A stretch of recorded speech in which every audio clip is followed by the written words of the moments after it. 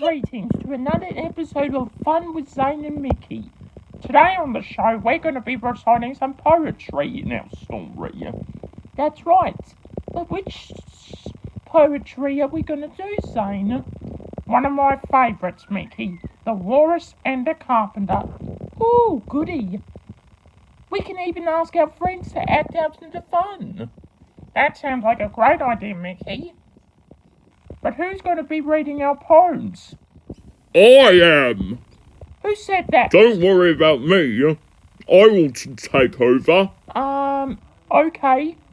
Thank you very much. Don't mention it, kids. Oh, now hurry up and get dressed. Right, we better get changed.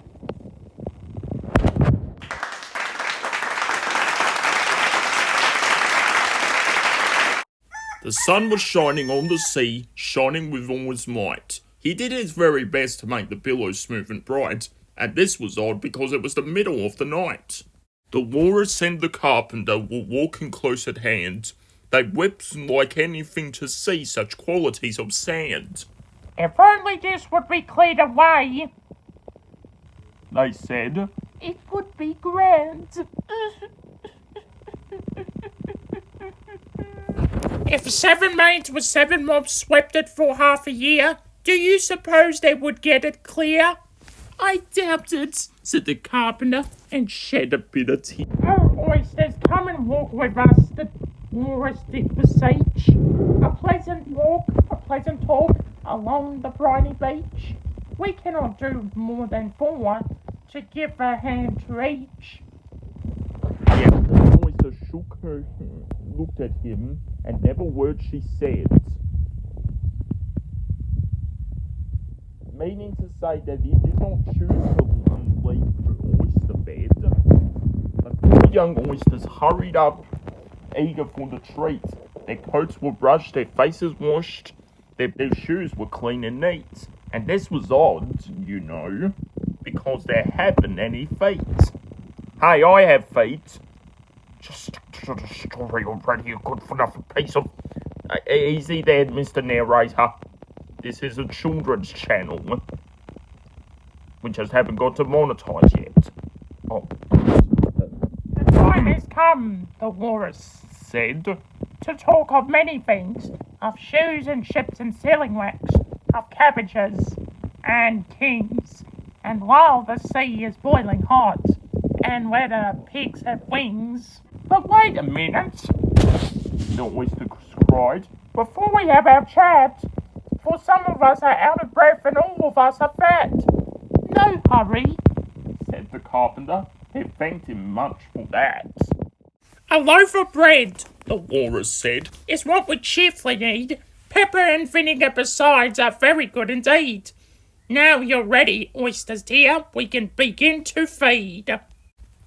But not on us, the Oysters cried, turning a little blue. After kindness, that would be a dismal thing to do. The night is fine, the Walrus said. Do you admire the view? It's so kind of you to come, and you are very nice. The Carpenter said nothing but, cut us another slice. I wish you weren't quite so deaf, I had to tell you twice.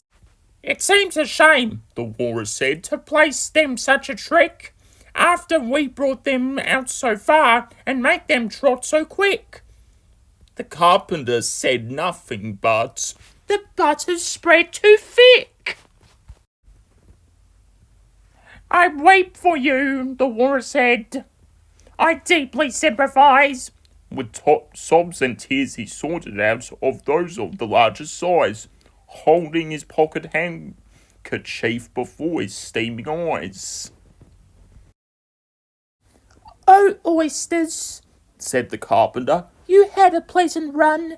Shall we be coming trotting home again? But answer there came none, and this was scarcely odd because they've eaten every one. The end. So there you have it, our play on the famous loose Carroll poem, The Walrus and the Carpenter. I have to admit, Minky, you did a really good job acting out as the Carpenter.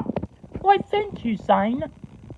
Yeah, I bet you really saw through it. You get it? Saw through it because you were a carpenter? Yes, I get it. Glad that you didn't hammer in that compliment quite well. Can you stop, please? Well, anyway, we ran out of time. But join us next time when we introduce our very special guest star. Where he will teach us a wonderful sort of dance. And no, in case what you're thinking, it's not Henry, but someone else from the deep blue sea. Who is it, you ask? You'll just have to find out. Until then, we'll see you later. Goodbye. I wonder who did the voice for our narrating today. And I, stinker.